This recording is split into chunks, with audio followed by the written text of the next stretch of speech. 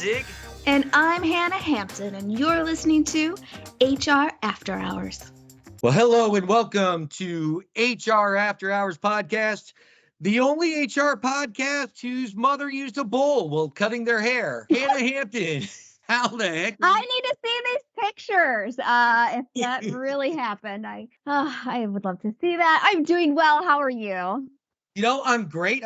It's been a really interesting week. You and I typically will text back and forth in the middle of the week when we see something entertaining or want to make sure the other person's aware of something coming out. And it could be geeky Star Wars comic book stuff. It could be HR items, stand-up comedians. We all, we have a lot that we reach out to each other about. And it was funny is you and I both loved Sunday, the November 19th episode of John Oliver, where he talked about what is possibly one of the worst companies to work for, Dollar General. Oof. Before we just brush upon this, I highly recommend checking this particular episode out. And honestly, John Oliver's just been on fire lately. So if you're not watching his show, give one a chance. And I think you'll really enjoy it. He did a great one on Chuck E. Cheese's a few weeks back. Oh, yeah, that was funny. And I just want to say for folks who might be a little more conservative leaning, the show isn't too terribly political in that. I feel like John Oliver is just very fair across the board. So I just want to throw that out because I have a friend who's quite conservative who's like, I hate John Oliver. And I'm like, give him a chance. That's my plea to, if you haven't given the show a chance, give it a chance. Absolutely. He is someone that has no fear of pulling the punches towards either party. He definitely has, I guess things that are being considered liberal now that you and I just kind of consider common sense or doing the right thing, but we avoid those type of topics here. We sure do. Mm-hmm. But let's talk about it. Why is Dollar General considered one of the worst employers? The main reason is it works so hard on keeping its labor numbers ridiculously low to generate inhumanely low. Oh, I'm just gonna say that. Mm-hmm. To generate over $2 billion in profit. Now that we've put Dollar General in your presence, you'll drive around now and realize, especially if you're on a road trip and you have to go through the country, there are Dollar Generals everywhere. Mm-hmm. But they do tend to really focus on rural and urban areas. They've admitted that they thrive when people aren't doing as well. Like I said, I don't want to steal from John Oliver's thunder. I recommend this very much. It's a great watch, and I want to see, your emails and feedback as we go through all this and we look at these corporations that have these kind of business practices. And we've recently talked about publicly traded companies that laying off anywhere from hundreds to thousands of employees just because a specific quarter wasn't as profitable as projected. Let's shift away and talk about what are associates really looking for? What is important to them? What are the benefits that employers should be looking into other than a humane work environment and proper support? Yeah. Kick it off, Hannah.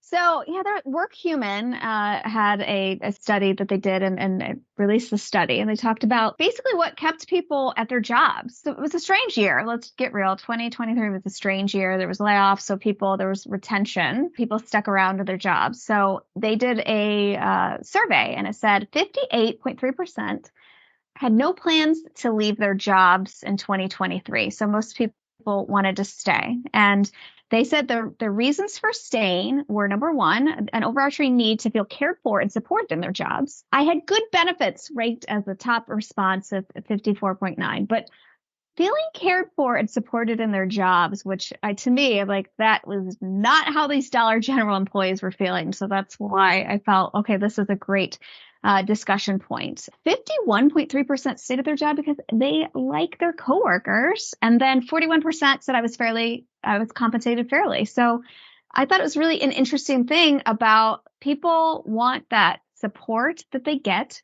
from really great benefits. And of course, I will say paying people fairly, I think is what is table stakes. Like that is just the bare minimum that companies need to do is pay people a fair and living wage, which could be a whole other topic. But let's talk a little bit about, well, what are some good benefits? What's important to employees? So let me ask you, Mick, what's important to you benefit wise? What do you want the most when it comes to benefits that you are offered?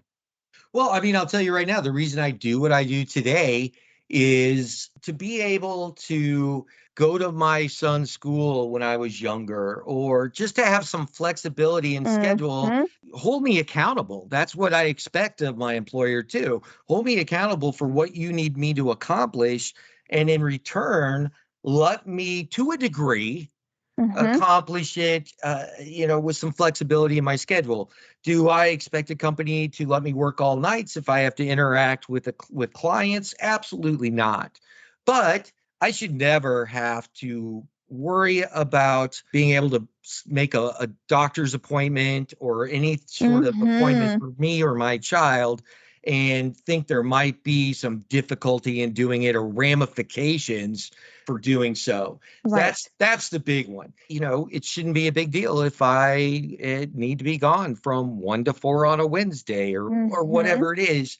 You know me, I'm a big anti-micromanagement person. If you hire the right people, you shouldn't have to micromanage them. Well, let me rephrase that. If you hire and train the right people correctly, you shouldn't have to micromanage them. Well, I will say, and I didn't share this with you obviously before the conversation, but in this article, it said workers' top 5 priorities when pursuing a new job opportunity. One is work-life balance. So there's that balance, being able to go to the doctor, being able to take care of your kids. I think that's always going to be important, especially going forward. Like gone are the days that there is the one breadwinner and then somebody's at home being able to take care of all the home, life things. So number one, work-life balance. Number two, productivity and performance. Honestly, people want to go to work and they want to be productive. They want to do great work.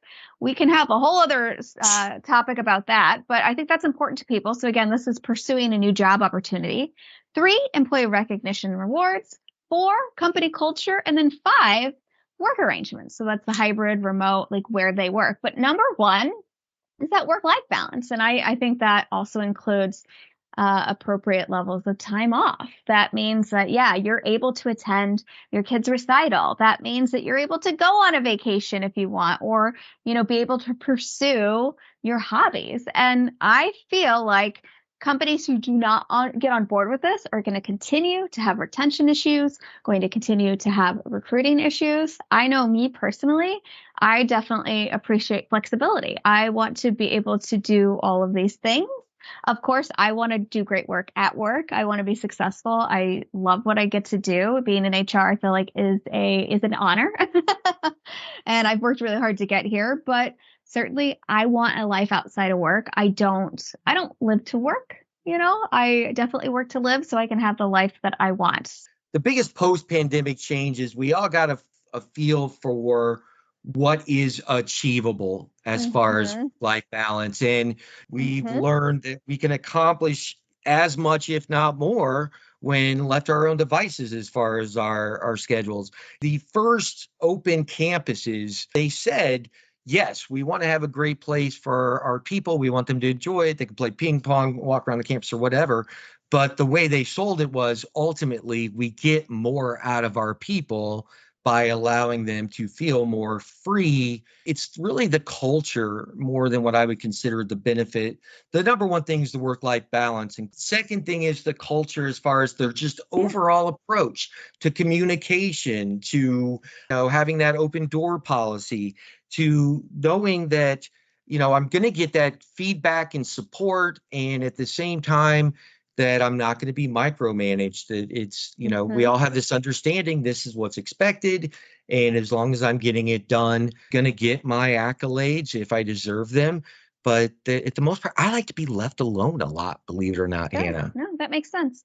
Well, I will say one thing, and it's because you and we're very lucky with our roles that we have time off, paid time off or time off available to us, flexible time off. But there's some companies that are very stingy when it comes to that. And us the United States compared to other third countries is really far behind when it comes to providing paid time off. And I will say that is another benefit that more and more people are expecting and requiring. To me personally, if I were to leave my job, I would certainly would want a generous or more generous time off package than I currently have, which I have a relatively generous time off package. But I think that that's something that's really important to people now. And again, I feel like the pandemic just showed people that time with your family, a time away from work, provides you the ability to recharge. And some states have now passed laws where companies have to require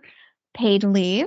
And it could be just paid leave for anything or paid sick time off, which again, I think the pandemic brought us. But knowing that people want that as a benefit, that paid time off, being able to enjoy their lives and not feel, not look back at the end of their work life saying, I never had any time off. I never worked. What was I doing with my life? I think that's going to be a bigger and bigger benefit. And I hope more and more states pass laws that require companies to have that paid time off package. Oh, absolutely. And it's so funny. I take those things for granted. So that's Yep. why I didn't give that answer. And it needs to be a well-established, this is the policy. And I'm going to tell you why. Mm-hmm. First off, I think you should earn 3 weeks of PTO minimum in your first year. For sure. It should be a rolling three, and that should be just the norm. And I still don't think that's enough, but I think that's a reasonable request for everyone, especially any salaried positions. But I mentioned that it needs to be something that's consistent and true is I was recruited by a company, and one of the things that enticed me was I was actually hired with not only above fair compensation, but I was given quote unquote unlimited paid time off. There you go. Well, let me tell you, Mm. unlimited PTO means you're still going to have to get your boss's approval. And even if they approve it, their boss may not approve it because my Well, that's goodness. your specific company though, because again, unlimited PTO, depending on how you administer it, could be great and it can be awful. So it sounds like you had the awful one. I had the awful one. So yes, it needs to be one that is consistently and properly executed. Like And you have to take a minimum amount of time off. I love that. If you're going to do an unlimited time off package, you have to tell people you have to take at least whatever it might be, 2 weeks, 3 weeks, something a quarter. Unlimited time off can be great, especially for those who know how to do it well, meaning, okay, I know when I'm going to take a vacation, I know I need some breaks. And then there's people who are workaholics and forget to take time off. And then all of a sudden it's 6 months into the year and they've had no time off. So you've got to administer it in a way where it is utilized for what it needs to be, which is providing people a time to recharge and reset, and not just a savings where you don't have to pay out PTO, which a lot of, I think, companies implemented it so they didn't have to pay PTO when people left. But go on. I'm sorry I interrupted. Tell me more about your unlimited PTO experience. oh, that was it. You nailed it. It was just one of those where the first couple times I took it, no one said a word. Then I had one of my peers call me from across the country just in tears. She was someone that just was a beast. She put in easily 55, 60 hours a week. She'd been looking forward to this family vacation forever. And they're like, well, we can't let you take it right now. And then as we saw some shifts in culture and leadership style, we saw that go away. When you come into a company and you see some of the things start to change and pulled you in the culture, that's when you've got to kind of your spidey senses start to tingle Mm-hmm. and realize that these are not the droids you're looking for. You need to move on. So tell me more. What about you, Hannah? Tell me some of the things that you think are should be automatic or that you think are very important to put a company above others. Okay. So, of course, I'm going to share these are my own personal opinions. Number one, you have to provide health care. Now, I don't love that healthcare is tied to employment for many reasons. And again, I feel like I just named like five other topics for us for other shows, but people really do need healthcare benefits. I think that's really important, and it is important to families. Certainly, having that appropriate time off. To me, time off is extremely important because I have things that I like to pursue. I like to travel. Just I appreciate having the ability to do some of the things I want to do. I like to visit my parents when they're down in Florida. I like to visit friends in other parts of the country. I like to just, again, experience that time off. So that's important to me. And then overall flexibility. I don't want to work someplace, and I have in the past, where you walk in at 8:01 and your boss is yelling at you that you're late. I had a job where I punched in with an old school punch clock, and I had somebody I worked with pull me over to the punch clock, pulled out my time card, and was like 8:01. 8:02, 8:01. You are to start work at 8 o'clock. And the fact that I clocked in at 8:01 and got in trouble for, to me, is just an arbitrary reason to get mad at somebody. And it wasn't a role where we were working like in a manufacturer or retail where I was customer facing. I literally was an office assistant where I was making copies. I was building binders. I was doing all the shit work that nobody else wanted to do. And the fact that I came in at 8:01 was a problem to me. It's just a shit culture. So I think, to me, having that type of culture where flexibility is okay. I'm a morning person. I like to start work early, but that doesn't mean everybody else does. So having that flexibility of start time, event time, just getting your shit done, that's more important to me than clock watching. I can't stand that. I like having a nice team to work with, the one that we have each other's backs. I love the camaraderie. I love collaborating. To me, teamwork is huge. And I build relationships with the people I work with. Now, being in HR, I can't always have friendships, but I do have strong working relationships where it's people I'd work with in the future, or maybe when I leave a company, I become good friends with. I might be talking to one of them. So those are all things that I think are really important in an employer that I'd like to work with. It's so funny that we have to have these conversations. Here's what companies have to realize. One of the biggest differences is you currently have a young working force that's coming in that is more connected with what's going on in the world than any other generation. Mm-hmm. So if your company sucks to work for, people know, Yeah, whether for you know they sure. know or not. And now everyone knows about Dollar General. So I feel very sorry for the recruiting team right now, because that's going to be rough.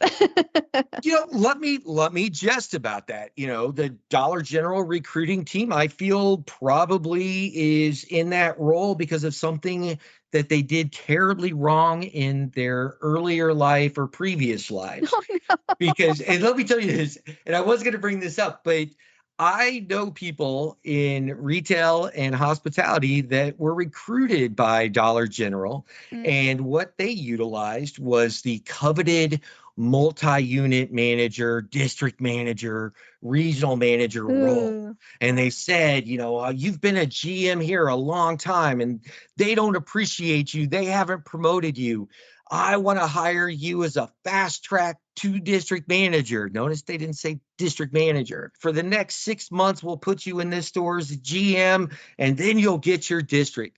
And of all the people I know, and honestly, throughout my career, I probably know, let's say, 7 people that were lured by this company, and none of them made it 6 months. And it's because, Really? and it's because of what we saw on the John Oliver show. It's being the only person running a store, unloading your own trucks, putting away your own product. All well, customers are in the store. No one can do that. Then you have not only that lack of support, where we talked about support is huge, and that shouldn't be a benefit. That should just be what you look for in any role. That's the air we breathe as part of our career. It's almost like we're at a turning point where, as a company leader, you have to decide, am I going to follow the dark, evil path of a company like we saw with Dollar General, or am I going to join the enlightened and even possibly lead the fray over here of companies that have flexible schedules, which at this point, post 2020, should be kind of a no-brainer. Are we going to give a true living wage? Are we going to, give them what they need to be successful. And part of that is a minimum of 3 weeks off a year to recharge and spend time with their family.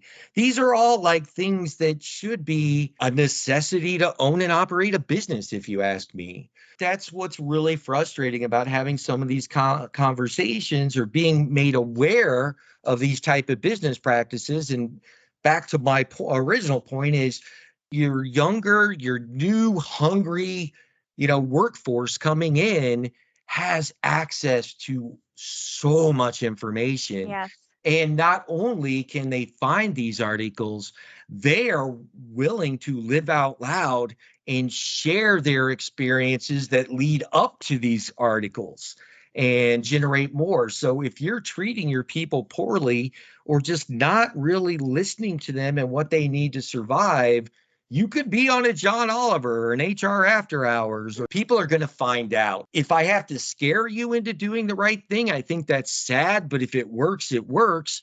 Honestly, I would hope leaders want to be the opposite. They want to see this story and see what these other companies are doing and saying, no way in hell do I want to run my business that way. Yeah. And I love, as the kids today say, I mean, honestly, it's the fuck around and find out, and you can't, because of the information age and the internet and social media, if you are treating your employees like shit and you're paying them below a living wage, if you're treating them disrespectfully or expecting things out of them that are completely inappropriate, aka unloading the whole store while having to work the register while doing everything else, people are going to talk about it and people are going to find out. So again, that's the fuck around and find out. And I know it's hard because, each generation feels like they had to pay their dues and they had to go through it, instead of being Why not jealous. want it better for other people? Thank Like, come you. on. I mean, I feel like that's bullshit. Like, I had to do this, and I've worked with people who have said it before. Well, when I was in their position, I got yelled at and I was treated like shit. And like, why would you want that for anybody else? Like, how about let's make it better for everybody else? Why not treat people with respect and dignity? I don't understand that. I think it's a cop out, and I think it's bullshit. Yeah, I think that it's complete fuckery that Mm-hmm. people still have that pay your dues mentality. No, you shouldn't have to pay your dues. You're hired to perform a task or do a job.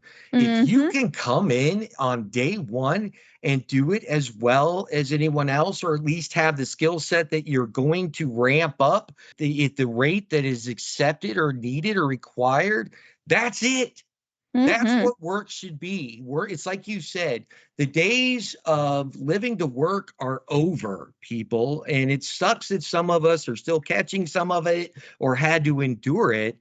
But instead of being bitter, be a part of leading the change to what's going to make our country thrive in the future. Because honestly, if we keep this kind of mentality, no one's going to want to work for us. Everything's going to get way worse before it ever gets better. And I would rather see this kind of proactive creation of the right work environment versus it being something that has to get done to save companies that have just imploded because of Mm-hmm. their poor people practices. And if you think your company will not have issues if it has poor people practices, you are wrong. You can't Mm-hmm. get away with the stuff that companies got away with in the past. Here's the way I look at it. Mm. If you are in any sort of leadership role, or if you are the one that makes those decisions about the flexibility of schedule, the living wage, here's how you should look at it. Most of us have good, close friends or family. Mm-hmm. If your son, daughter, best friend, boyfriend, girlfriend, or spouse came to you and they had an offer on the table that was identical to what you offer currently for the same role, would you encourage them to take that job and be happy for them? Ooh, that's Because good. if the answer is no, it's time to become part of the change. Boom, mic drop. I have nothing to add. And that's why we're trying to put the human back in human resources. I look forward to talking about this more, and hopefully we'll be celebrating others' companies' successes because of these type of practices. I love it. Have a good Have a day. great day.